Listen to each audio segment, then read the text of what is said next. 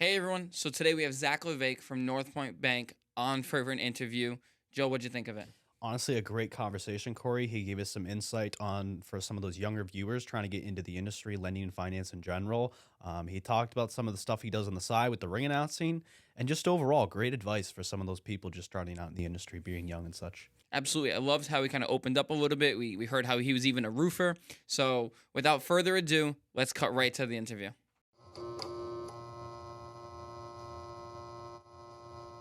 Hey everyone, so we're going to jump right into our interview today. Today we're joined by Zack Levesque from NorthPointe Bank. What's up, boys? Yeah, thanks for having us, Zach. This is great to have you on. This is Yeah. it's good. Finally get you in the new studio and everything. Here. Very impressive studio for sure. Thank We you, appreciate thank you. that. It's been a couple months in the making.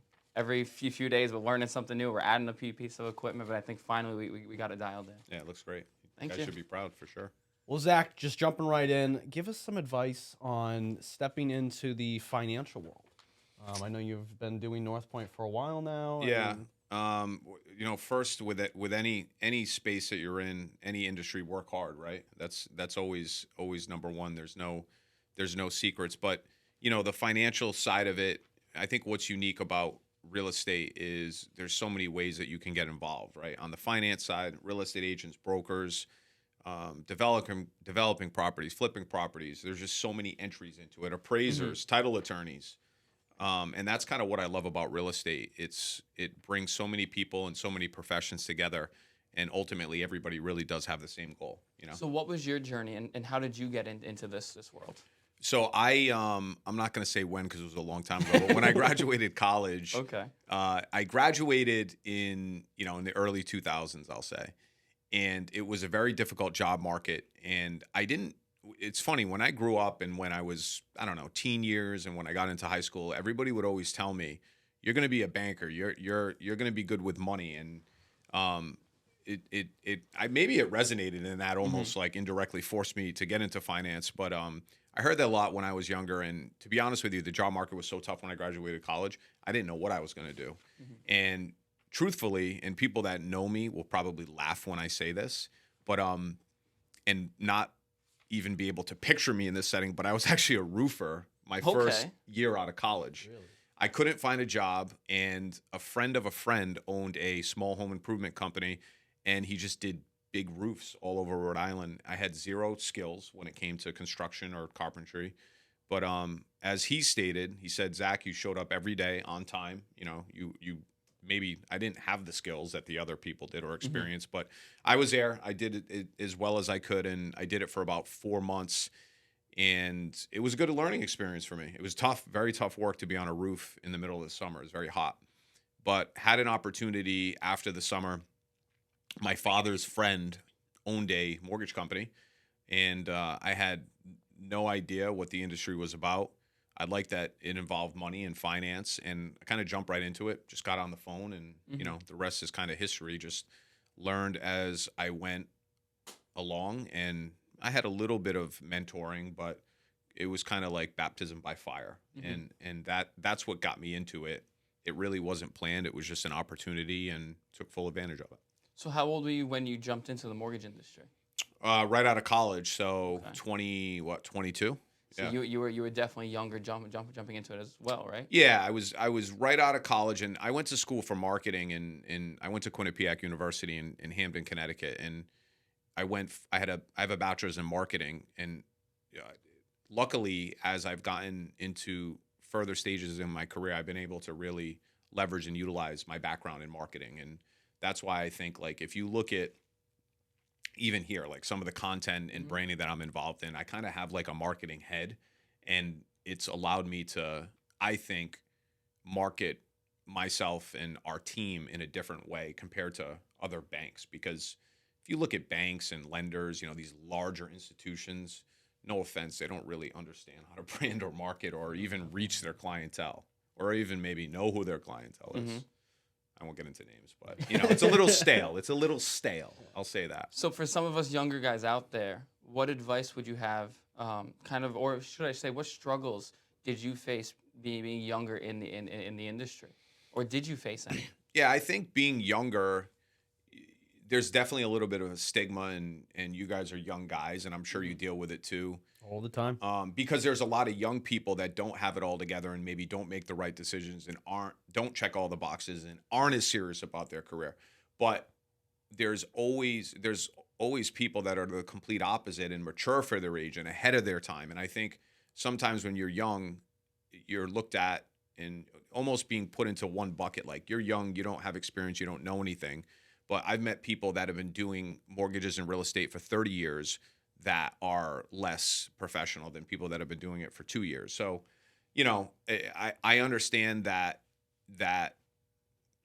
sometimes people feel like somebody that's not as experienced, maybe they shouldn't work with them. But I think it's a mistake. And I think you have to evaluate that person based on what's in front of you and their experience.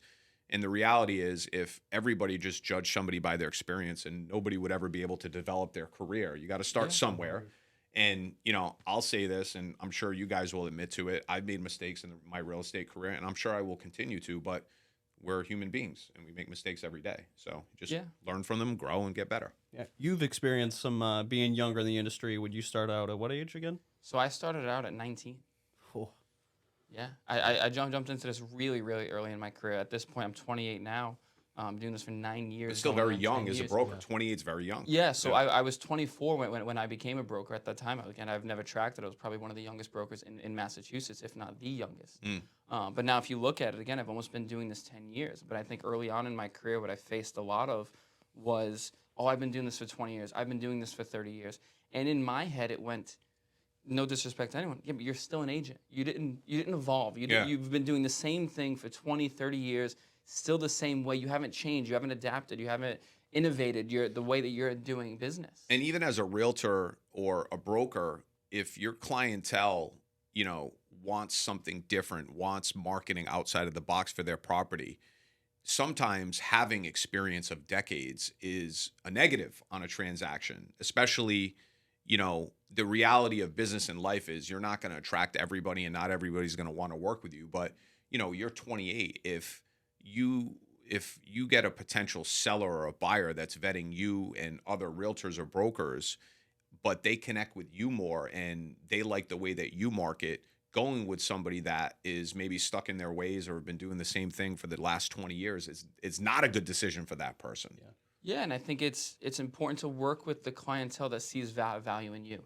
And I think that's what I tell for all agents. You don't have to work with all clients. You have to work with the ones that see the value in the product that you bring to the table. So I think specifically with us, it is in our marketing. When we're talking with the seller, we're doing the professional photos, we're building out the website, we're building out the Google pay-per-click, and even doing TikTok, Instagram ads. Yep. I think that's something that's not super common, but I think it's the next evolution in real estate. And I think this industry hasn't changed. And over the last couple of years, we're seeing things drastically change. And you have to keep up to keep playing the game, so to speak. Yeah. And to bring back to this evolve thing, I mean, me being 22 years old, we're talking about being younger in the industry. I myself have run into it, but I almost sell people more on myself rather than my age. People would say, "Oh, you're 22 years old." Well, I like to say, "Well, look, I'm part of a major team here. I have people on this that's been in this industry 30 plus years.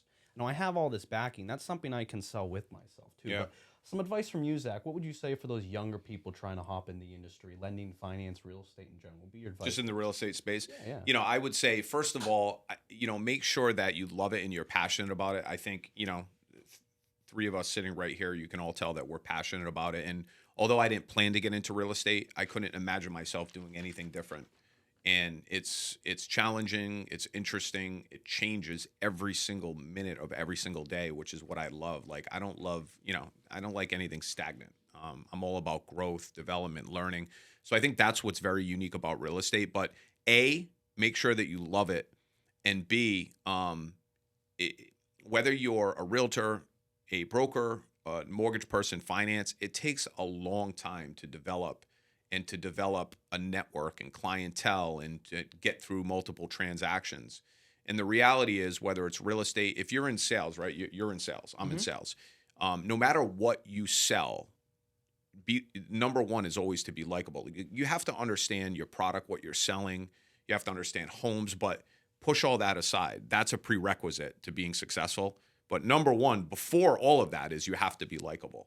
And the reality is, if you get into it, and you get a little down on yourself, just give things time to develop and realize that not everybody's going to like you, just like in life.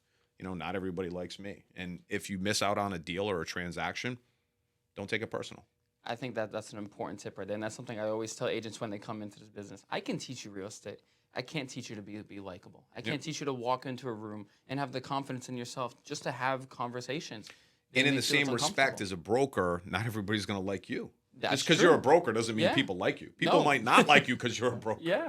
It's just the reality of it. So I know we have a personal relationship kind of outside of the real estate world as well. And I know that you value networking and creating relationships with other people. Do you think that's something important, that if someone new to the industry, it's important for them to go out there and make these connections, get face-to-face with people? Yeah, I think it's super important. And, I think what's very important early in your career, especially in the real estate space, is you have to understand who your target market and clientele is and who you connect with. And once you can really figure that out, you have to expand upon that, because there's so many people out there that are selling a house, buying a house. And I always say this to the originators on the NorthPointe team. Most of the business that our originators have come from realtors, because most people that are going to buy go to a realtor first and say, who should I use? Suggest somebody for me to use, whether it's a lender or a bank. So most of our business does come from realtors referring. So, I have an exercise sometimes with the originators where I tell them to visualize who their top realtor partners are. And I tell them to picture your top 10 agents that you have a good relationship to that refer business, and just picture them right in front of you, standing in a line, right? What do they look like? How old are they? Are they male or female? How long have they been in the business? What do they like to do? Where do they like to eat? Do they like sports? And basically do a whole analysis of what those 10 people look like. And I guarantee you there's going to be major similarities between every single person. And that is who you need to now target, because there's how many realtors are there in Rhode Island and Mass? So, it's almost like casting a wide or a small net. Like, you don't want to cast the widest net, because you're not going to be able to catch as many fish. You have to be very targeted about who you're going to connect with. And even on the client side, if you're a realtor, look at who your clientele looks like. Those are the clients that you should be going after. So just don't throw this huge net into the ocean and expect results. You have to be a little more targeted. And with today's technology and phones and all this stuff, it's so easy to target people and to actually figure out what everybody is about, because everybody puts it on social media, so you know what somebody's about. Yeah, I think with any business right now, everyone, instead of casting the wide net, it's being very, very niche. Finding your target audience and continuing to work and find your ideal client. I think that's interesting that you do that with. I never thought of it from that perspective. The loan officers looking at the agents, because essentially we are the target clients of them. Correct. Because we look at it, all right, what's our consumer? What's our target seller? What's that demographic look like? Who's looking at our Facebook or Instagram feed? What type of content are we curating for those people? So I think any business owner, but specifically realtors as well, finding that kind of target audience and just market to them. And then when you're putting stuff out there, who do you want to see it? Yeah. And making sure there's a purpose behind everything that you're putting out, and it builds on that brand. It's not just all sporadic things. Exactly. Yeah, and networking, I've done a little bit of networking events. I know you deal with them a lot too. You recently just went to one, I thought I saw in your story, right? You hosted one. Yeah, I hosted one, but I've always been into the networking aspect of it, because I think it's fun, and I do love to meet new people, So there is always a business undercurrent, but I actually enjoy it. I've always enjoyed meeting people, shaking hands, and getting different perspectives on business or life from somebody, because everybody has a different perspective. Yeah, I've definitely had the privilege of meeting some fantastic people, just from your events. I think you connect a lot of great people together, so that's awesome. Yeah, and I appreciate that. And I think the events that I've held and we've hosted, when you look around at the crowd, it's very, very like-minded people. And I think sometimes, my office, I live in Mass, but my office is in Rhode Island, very obviously close to Dartmouth here. But maybe in the Northeast a little bit, and especially in Rhode Island, it's kind of like a non-collaborative state. And when you get into mortgages and real estate, it just feels like everybody's kind of running their own race, and there's not enough collaboration. And I'm not going to say that people don't applaud success, but there's less applause in the Northeast compared to other areas of the country where people just want others to win.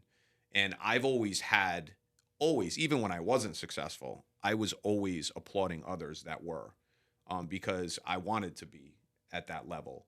And even as I developed through my career, the more I'm able to do, the more humble I get, and the more I kind of like crave that connection to others that are either ahead of me, before me, just because I think collaboration, we're all better. And that's kind of what the networking is about. I don't think people share ideas enough, even if it's a different, it's just so competitive, right? Even through other lenders, like I talk to other lenders and originators all the time, and I listen to them. Maybe they can say something that helps me. Maybe they're doing something that I think would benefit our clients or our realtors, just So that collaboration is missing in general, honestly. Is that a core value that you think kind of is NorthPointe as a whole, and what you try to talk to your LOs about? If you can touch on, let's talk NorthPointe, kind of what separates you, what you're looking for in an LO, and kind of what your culture is there. Yeah, I think the culture is competitive but healthy, collaborative competition. And if you look at the top originators on the team here at NorthPointe in Providence, they all respect each other, spend time with each other, help each other. They share accounts with each other, and I think that's very unique. And who am I looking for as far as somebody that's either trying to get into the industry or wants to take their career and business to the next level? Just really individuals that are doing things for the right reason, positive mindset, growth mentality, a lot of energy, and just extreme positivity. Because I truly feel like we have the ability to really project and do anything in our lives. And even if something terrible happens to you, I feel like you have the power and ability just to get through it, power through it, and find some positivity in it. And I like to be around positive people. Like if you were around me for a month, you probably wouldn't hear me say one negative thing. And that's just how I am. And those are the people that I want to be around. Like there's bad things happening all day, and maybe there's a bad thing that happens to me tomorrow. But one of the biggest lessons that I learned from one of my favorite books of 4 Agreements is not to take anything personal. And I just don't, even if somebody does something stupid or says something crazy to me, that's their problem. It's not my problem. That's how you see me. That's fine. But not taking things personal is, I think, very important in business.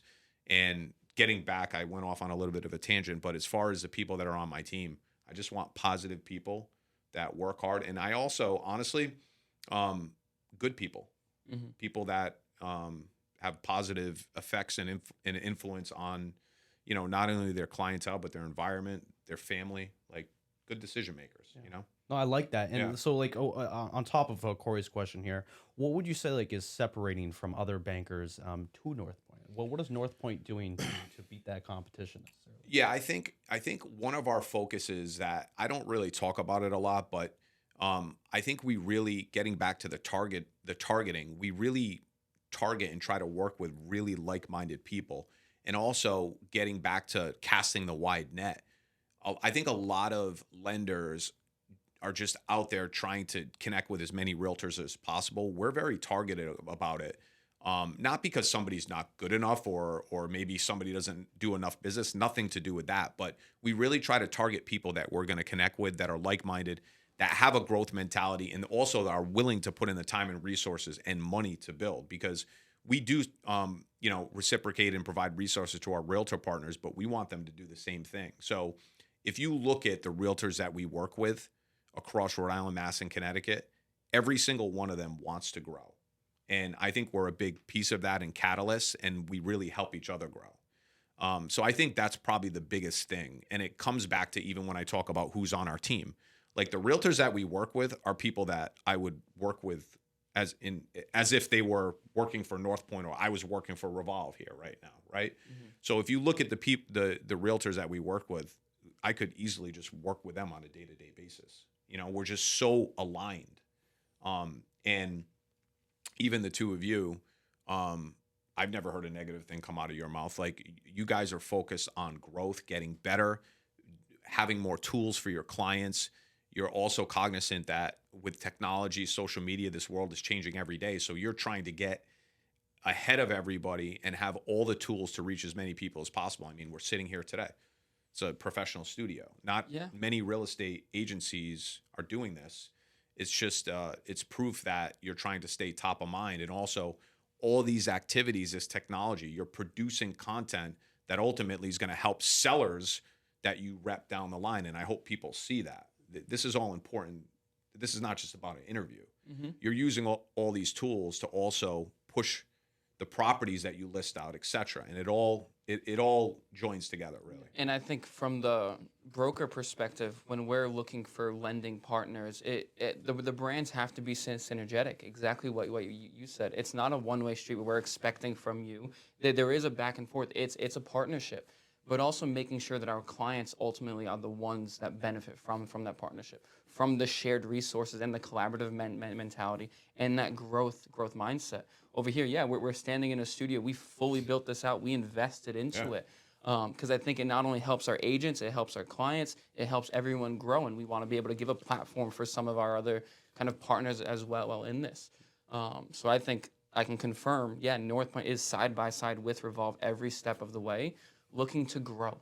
Not just kind of staying complacent in a time right now where it's hard to grow. You know what I mean? Deals are down, listings are down, inventory is down, but we are still out here pushing. Because we know at the end of the day, we're going to come out that other side, and we want to be rock solid when we come out that other side. We're going to take off. I agree. And, I think what's unique and authentic about all of this, you're a real estate company, we're a bank, and we're sitting on a couch having a conversation about life, business, and that's what's different about us. And it shows that this all matters a lot more than just selling houses and mortgage rates. Because the conversation that we're having is basically the abstract, hey, we're helping each other grow, and the reason we're doing that is to help more people. That's the reality of it. There's the overall goal is for us to be better for our clients, and it all kind of wraps together. That's what this is all about. Being on the agent side of things, Revolve Real Estate just comes from the word evolve, right? We're always trying to evolve. I would say, the old timers, you would say that as not as a negative thing, more of like they're back in their own way of thinking. I wouldn't think many of those old timers are able to come sit down and come in here and talk. Why don't you invite some? Some are trying, and I think, and that's what we love too. It's not an age thing at all. It's a mindset. And if you're willing to kind of get uncomfortable, we'll have you come in. We'll show you everything. Because I think we can learn from someone that's been doing it for 20 years. And I understand that. If you've been in this business for a long time, you have things that work. We have some new things. Let's combine forces. I can show you a little bit of this. You can show me what's worked for you. And then let's both take it and grow.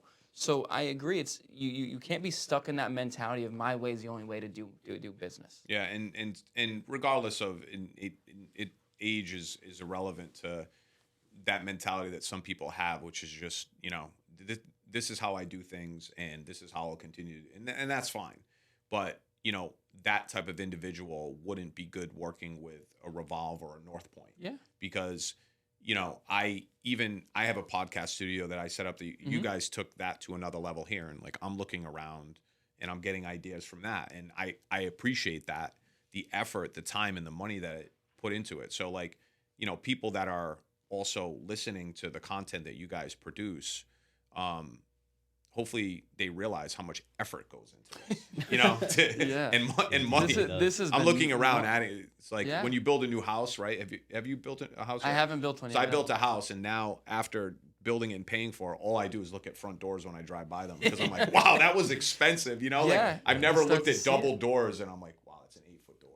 It's like $8,000. And I do the same thing now with the studio. I'm like, you look at all the equipment, it starts to add up. And it's not only just buying the equipment, it's taking the time to learn how to use it effectively. And I think that's well, if you do, though, you save money. You don't have to pay the videographer, we right? in-house Or are everything. you the videographer? Yeah. So that's what's good is we are in-housing everything. We're doing it all. We have the skill sets. We have a full-time designer. We have Antara back there that's been helping develop this. I hope your agents are utilizing this as much as they should. Some are, some aren't. Because again, they're uncomfortable. But our job is to give them the tools. You know what I mean? I think that's with everything, probably with LOs as well. We can give you the tools. We can show you how to use it. We can encourage you. But at the end of the day, it's on them to take advantage of it. There needs to be intent.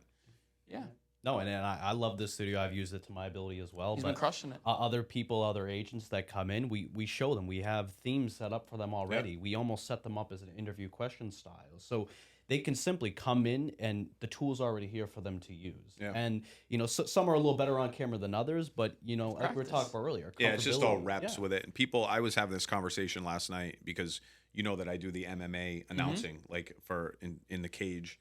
And somebody was asking me, they're like, how do you even do that? And how did you? And I'm like, honestly, when I was in college, I had to do a presentation for like my final exam or whatever, and I was like stuttering, sweating, and they're like, wow, and how did you get over that? I'm like, I don't know. I just kept doing it. Like I didn't, nobody just walks. You're not going to find somebody that's nervous that just walks on set and just rips it on the mic. Like there's going to be a lot of ums, and I'm sure I still say a lot, and we all do, but it's all just reps and confidence. And, for anybody looking at any of this type of production and thinking about they should do this, whatever space they're in, just listen to this one point because it's really helped me.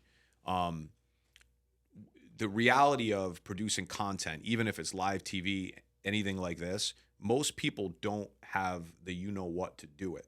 So I always think about that, even if I mess up. Most people watching, and I'm not trying to be negative to that individual, will not do this. So always applaud the people that put themselves out there and produce content like this. Even if they say, we're out here doing it. They're trying. I think one piece of advice you gave me right before I went on to the road show as well was not everyone's hanging on every word you say. Absolutely true. And I think that was the best thing, and it was great. I heard it right before going on. I was like, oh, yeah, that's true. It is true. Unless you say something like really crazy, like, you get political or something. But again, if you know what you're talking about and you're in this space, that's you always can number have one. these conversations. Yep. You know what I mean? Even if you make a mistake, it's okay. You can kind of just talk through it. It's not the end of the world. You're out there. You're trying. You're putting your best foot forward. And I had last Friday we had a MMA. I'm in the cage for CES MMA, and we have events at Foxwoods every couple months, and it's all live. It's on UFC Fight Pass, like it's serious stuff.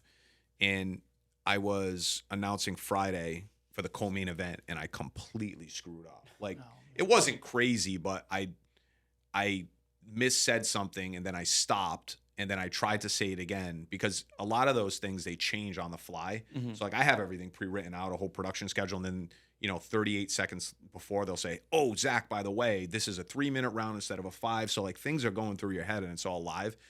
And then I stopped and I said, oh my God, sorry, which you're not supposed to say live on TV. And there's 4,000 people in the crowd. And I was like, I was looking around at people because some of my friends were in the crowd. And, maybe for 30 seconds, people were like, wow, that was like dumb. But then that's it. Nobody remembers that today. Yeah, because someone gets knocked out at the end. I was hoping somebody got knocked out. But that was probably one of the biggest gaffes I ever made. And in that moment, I almost beat myself up, and I'm like, nah, people won't remember that. And then they don't. There's no failures, only lessons. Yep. Keep sucking along. Big Sean said that, I think, actually. There's no failures, only lessons. Legit. Well, no, that's actually great that you do the cage stuff. I have actually been following up on yeah, this. that's it's fun. I like the I've always been into combat sports, boxing and MMA, and I actually went to 3 Floyd Mayweather fights in Vegas when I was younger, which was an unbelievable experience, but got involved in the MMA, and it's just I do it because it's fun. It's a lot of energy. Guy. Yeah, I actually trained a lot of mixed martial really? arts. You'll have to. I think the next one's going to be in the summer, and it's going to be back at Bally's Twin River. So nice. I'll get you guys some ticks. Yeah, it's fun. Up over the casino over there, right? Yeah. It's fun. I love poker. It's a fun night. Yeah. Perfect. All right. Shoot. Well, this is kind of all we had planned out here for Nice. Zack for you today. I just appreciate you hopping on. Is there anything else you'd like to add in, or? No, maybe a little exit advice for anybody, because we talked about real estate and getting into real estate where it's finance.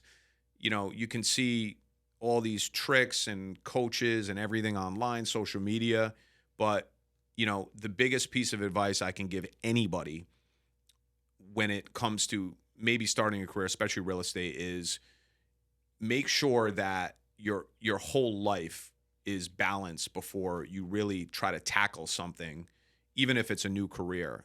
You kind of have to check all the boxes in life. You can't be out until 2 a.m. on a Wednesday or Thursday night and expect to be crushing it at the office the next morning.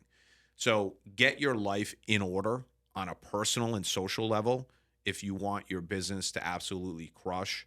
and you just have to work really hard. I said that at my axe event, and you'll probably bleep that out, but We'll keep that's it. That's number one.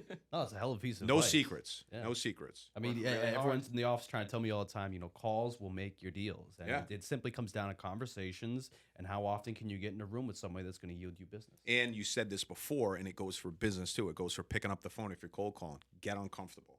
The only way that you can actually really grow, especially if it's exponentially, is to get very uncomfortable. I like that. Great advice. I like Zach, thank you for coming out here. Yeah. We appreciate it. Yeah. Thanks, guys. Listen, Zach, Thank you. it's been a great podcast so far. Maybe get you on again. Maybe Yeah, a let's couple do of it. North Maybe Point I'll- guys. What? I didn't know you guys would be so dressed up, so maybe I'll put a suit on next We're time. always dressing up. Yeah. And we'll get Paul out here too. Yeah, he'll do it. Paul will do it. I'll absolutely do Yeah, it. he'll be in a suit, though. We know that. I like it. Perfect. Awesome. All right. Thank you everyone for watching. Thanks. Cool. That's yeah, it. that was good, man. Yeah. Awesome. That was fantastic. Yeah. Man. Quick think little that went really well. pop in, pop